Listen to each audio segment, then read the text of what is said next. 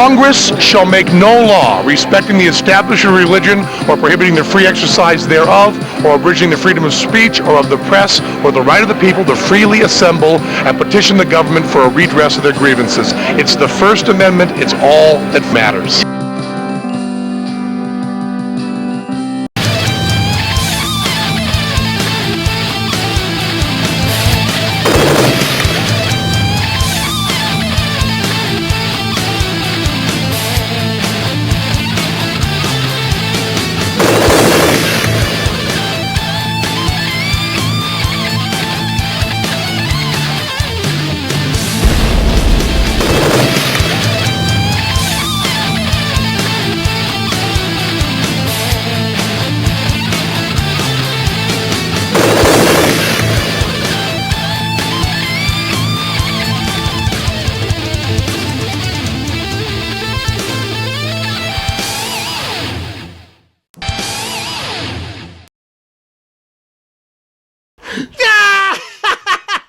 Excuse me a second. Producer, come on down. Castellano wouldn't like to party by himself. I'll even put up with you. No, you did a great job on a Valentine's Day show. I need you right by my side, sir. Yes, sir. Edwin J., or may I call you the Prophet, because you picked the Giants to win this game, right? We told the viewers. We didn't do any hocus pocus. No. They won it because they're butt kickers, right? Right, yeah. And, they took their time in the first half. They were saying, well, New England's going to do this and New England's crushing them, and they just didn't blow it out in the first half. Smart team. Giants did real good. As a matter of fact, in the first half, they looked like they were going to dominate the Patriots. But the Patriots came back because they're a well-coached team. Not coached good enough. Now, I know you're keep up on your facts, and when they played San Francisco, and all the media, everybody said all San Francisco was going to win. What did Edwin J. say? Who did they say was going to win? The Giants. It doesn't even have to do with being from New York like we are. They're a better team. Wait. When they played the Packers, even though they almost beat the Packers the first time, and they played the Packers, and the Packers, Aaron Rodgers throwing touchdowns, doing the leprechaun dance, the double check. It's all over. Who did you say was going to win? Giants. Every time. I mean, it's not a guessing game here. Do people realize the Giants beat the New England Patriots in the Super Bowl? But they played New England earlier in the year. Who won the game? Giants earlier in the year. And you had doubts. Mind you, in a couple of games, they screwed around with that. They beat Buffalo. Buffalo beat New England, too. Buffalo beat New England! That's great. You know how much people care about Buffalo, but we like them sometimes. Yeah, everybody's laughing in their seats about that one. Now, the best play of the game, and you'll have to correct me here, I don't remember the guy's name, number 44, when he made the touchdown catch right before the end zone, and he stopped, and he danced around a few seconds, and then walked backwards in there. Jacobs, he wasn't supposed to go in there. Yeah. But he thought they were trying to take him. They thought, let's be smart, let's let him go in, and then Brady was going to be like the superstar. Yeah. What happened, Brady? Your girl couldn't have caught the pass that you throw. What about her?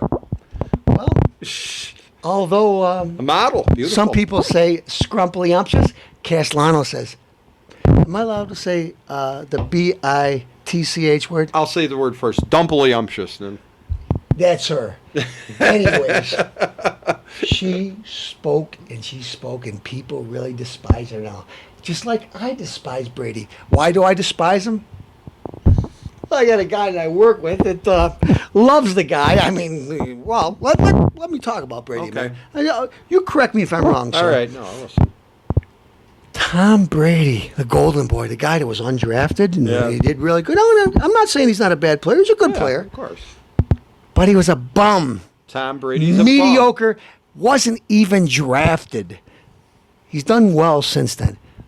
But this guy, I'm going to show you what he stands for. Everybody from that state, Massachusetts, that the gay marriage they originated at. The Boston Patriots. Yeah. His wife was 8 months pregnant. Beautiful girl, nice, Yeah. sweet girl. He won a Super Bowl. It went to his head. And what did he do? 8 months pregnant. He sees some supermodel in some lingerie or some underwear commercial. Yeah. He left his wife pregnant at 8 months and left her for this pig, this supermodel pig.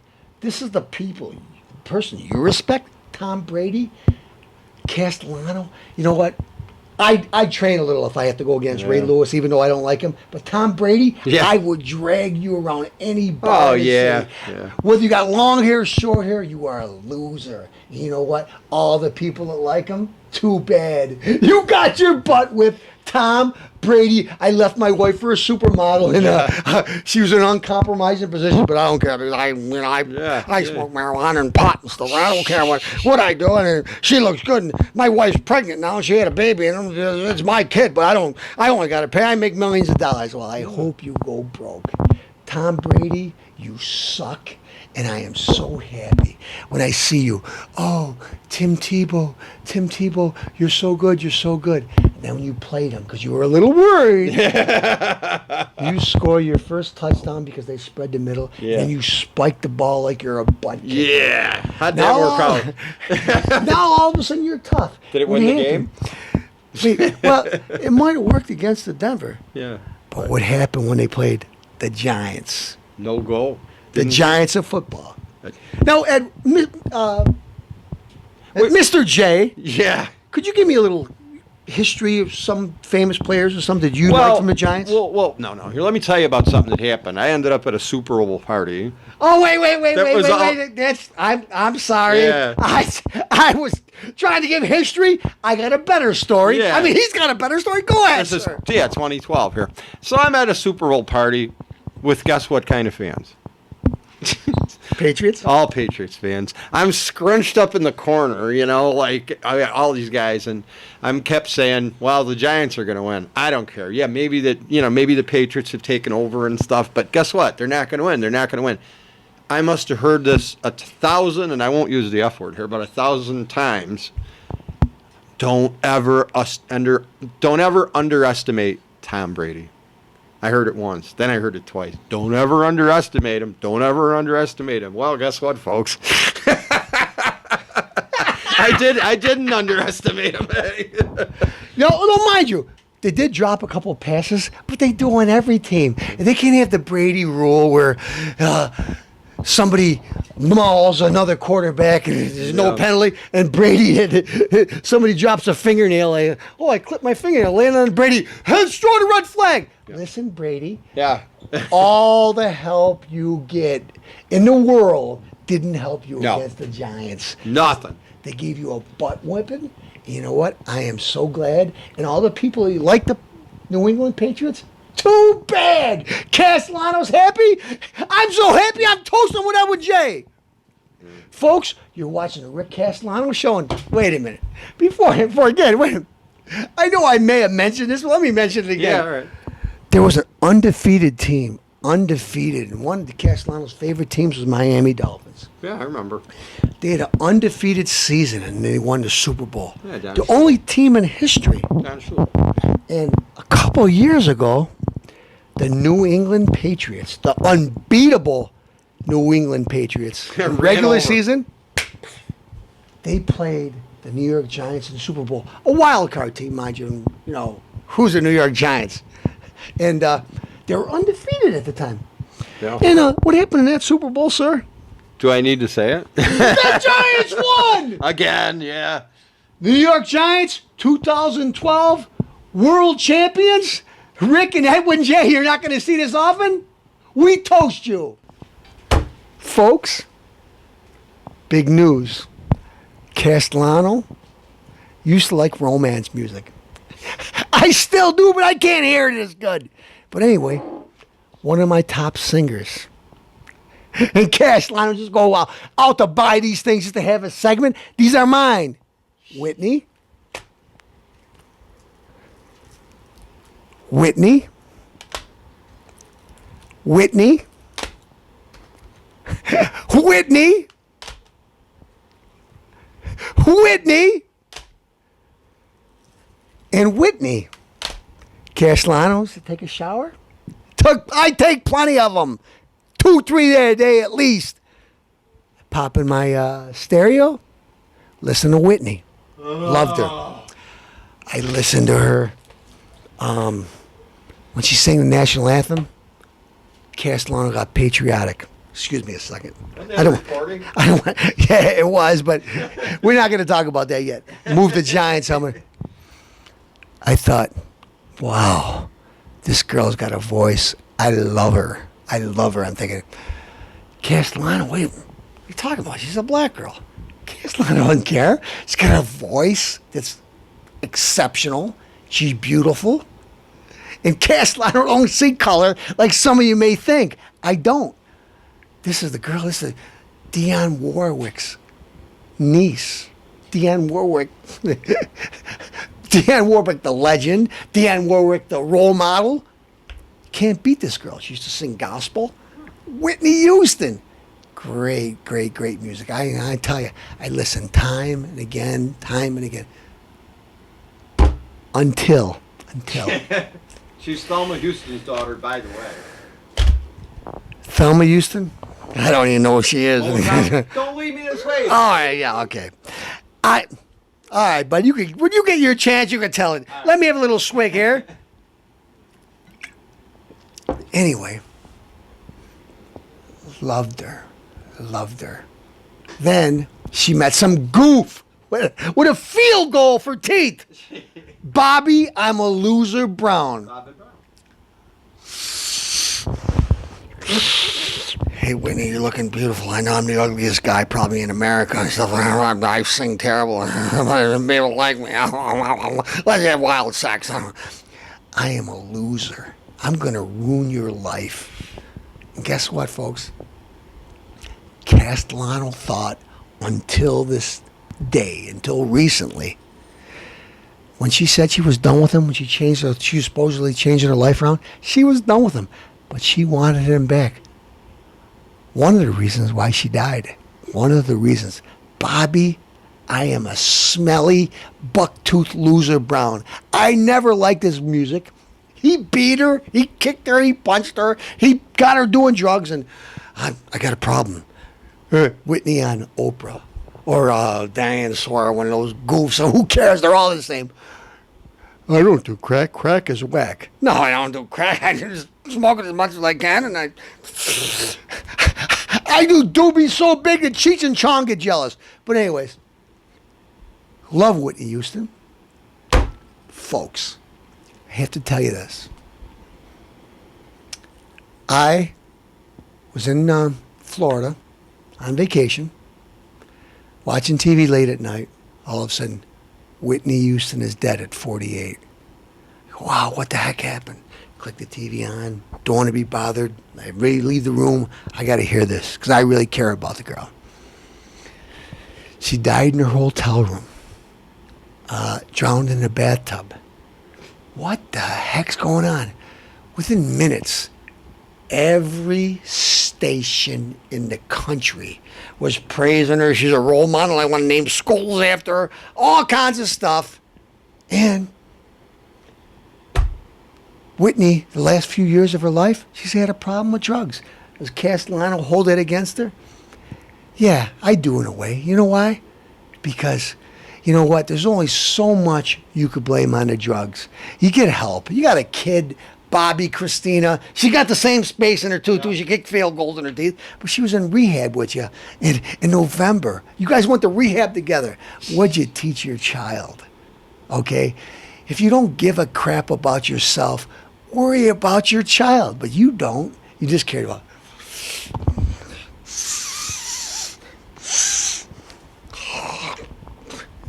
needles, pills, cocaine. And guess what?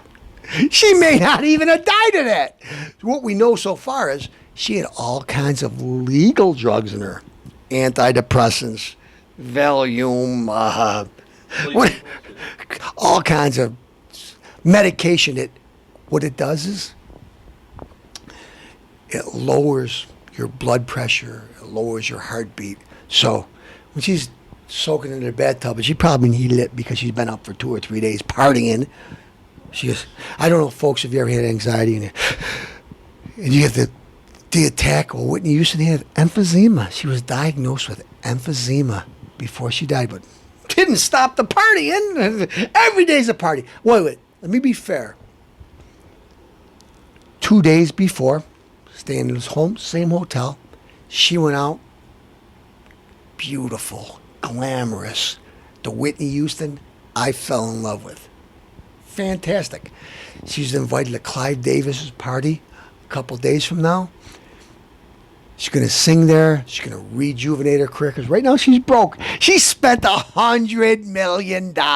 Went through $100 million. In advances. $100 million. And you know what?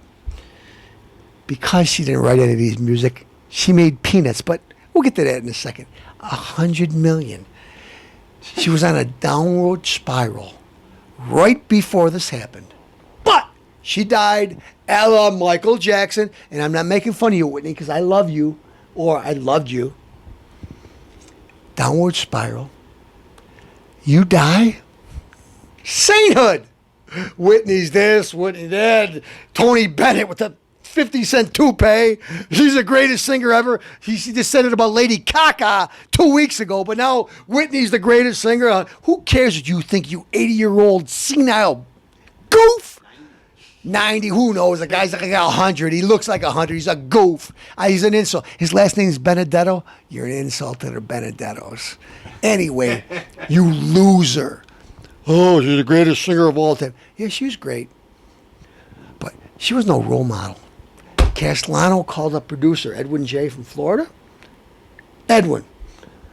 Don't want to be disrespectful because I loved her. She's one of my favorite singers of all time. But you know what? I just went in the store this morning and I bought groceries at Publix Market in Florida. I get a National Enquirer right here.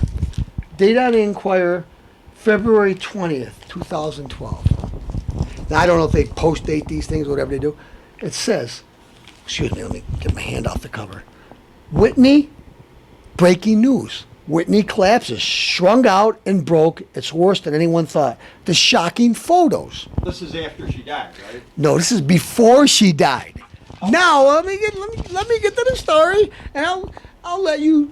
How long? Just a couple days prior. Now, you know, Castellano can't turn the pages because his fingers are feeble. I'm an old guy. All right, who cares about this goof? Here she is. Whitney hits rock bottom. Broke singer and shocking new collapse. Back on drugs. Fear of friends. This isn't after she died. This is 2 days prior. Like I said, she looked beautiful. A few days before she died. A day after that, she was a wreck. Back on drugs. Spaced out. Mr. Producer, could you get any of those close-ups in? Okay, I'm sorry. According to the front page, this is February 2nd, 2012. Even though the paper says February 20th, I mean, they must give you a week in advance. Anyways, she was gone already 2 days before she died. Mind you, she dies, sainthood, she could do no wrong. People forget about everything she did. She forget about it. And Castellano called Edwin J.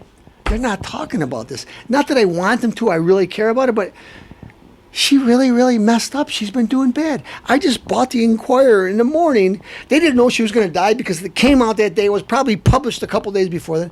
But anyway, Edwin says, yeah, they're going to just do the same Michael Jackson thing. Nobody, they despised the guy. They hated him. Nobody liked him. The child abuse, the child rape, the molestation, and they hate him. He dies, he's a saint. Oh, Michael's the greatest singer ever. He did this, he did that. Same thing with Whitney. Then Castellano watched a show that I wouldn't normally watch because I don't like him too much. Geraldo. And he had the guy that wrote the story about Whitney Houston here. And he backed it up with facts.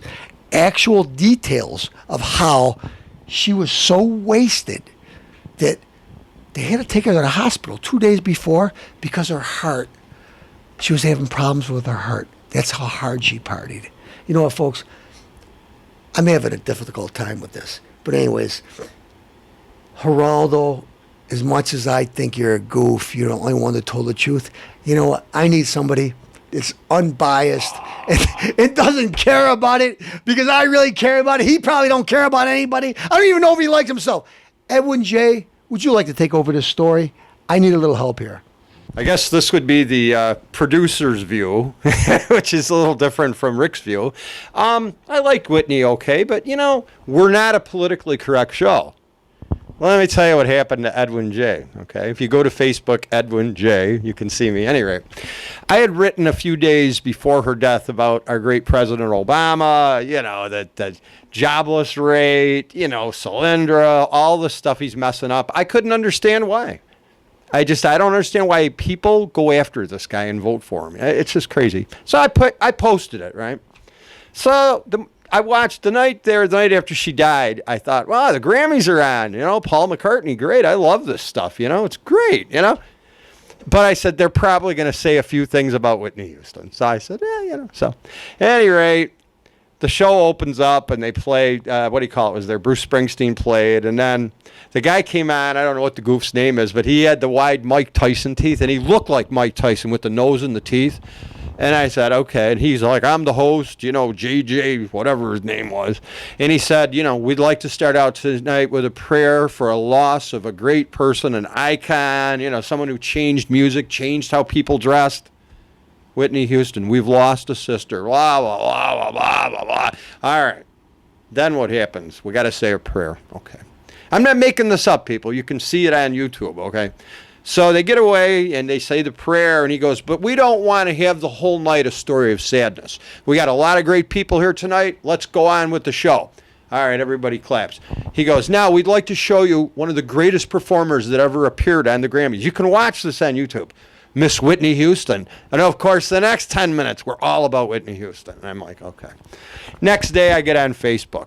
And I basically wrote, I don't know a lot about her. I'm not a big fan. I know she was Thelma Houston's daughter. Don't Leave Me This Way, big 70s song featured in Looking for Mr. Goodbar. In fact, Diane Keaton, one of our favorites, she got murdered to the song. But at any rate, I know Thelma Houston. Marvelette, she was in the Supremes. She was part of Motown. Deanna Warwick, a lot of good background in her life.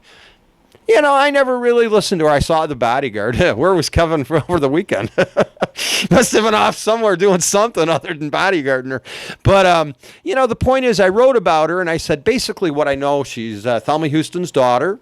She sold a bunch of records. People like Rick like her. And to me, she was beaten by a man for 10 years. She went on crack. Nobody believed it when she said she denied it, so they went and got pictures out of her garbage can of all the crack pipes and all that business, and she was basically a crack addict, I said, that had beaten for 10 years and refused to leave her husband. Okay. So then one of my best friends writes, Ed, you're too cruel. I get another letter, Ed, you're too cruel. Oh, how could you say this? All this stuff. It was fine because I had a difficult time with this, folks. Even Sony, though. Now, I gotta defend my woman. Sony, after her death, bumped the CDs up a couple bucks a piece. Then when people called them out, it was a mistake in pricing. But anyways, Whitney, I didn't like the way your career was heading the last few years. But remember one thing. A certain part of my life, a certain time of my life, I always loved you. You're watching the Rick Castellano Show. We're now on 6 nights a week.